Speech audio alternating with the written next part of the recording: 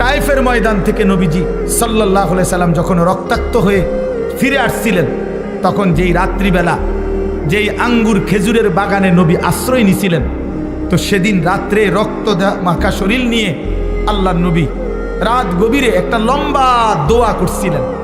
হাদিসে এই দোয়াটা আছে, লম্বা দোয়া। নবীজি সারাটা শরীর রক্তাক্ত, পায়ের জুতার সাথে লেগে গেছে জমাট রক্ত। এই অবস্থায় রাত্রি অন্ধকারে নবী গভীর রজনীতে আল্লাহ তাআলার কাছে লম্বা দোয়া করছিলেন চোখের পানি ফেলে।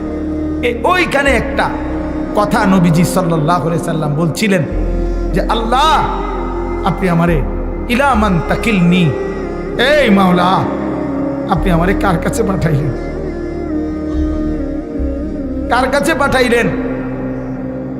ইলা বাঈদিন ইয়াতাজাহামুনি, আপনি বুঝি আমারে এমন দূরের অপরিচিত মানুষের কাছে পাঠাইলেন যারা আমারে, আমি তাদেরকে আপনার দিকে ডাকলাম, তারা আমারে এভাবে পাথর মারলো।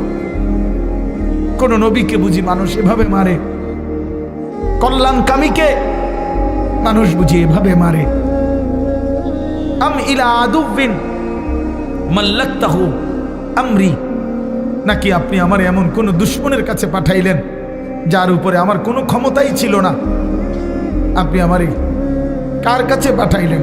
কিন্তু এই মনের আবেগ এগুলো বইলা এই একটা কথা হুজুর বলছে নবীজি, এটাই আমাদের শেষ কথা। আমার নবীজি তখন বলছে, আল্লাহ যা বলছি তা তো মনের কষ্টে বলছি, কিন্তু শেষ কথা হলো মাওলা ইন্নাম তাকুন আলাইয়া গাদাবুন ফালা উবালি, শুধু রাত গভীরে বলেন আপনি যদি আমার উপরে নারাজ না হন, আপনি যদি আমার উপরে রাগ না করেন, আপনি যদি খুশি থাকেন, ফালা উবালি, আমি কোনো পরোয়া করি না, আমি কোনো পরোয়া করি না। এই পাথরের আঘাত সয়ে গেলাম, শুধু আপনি বলেন আপনি আমার উপরে রাজি কিনা।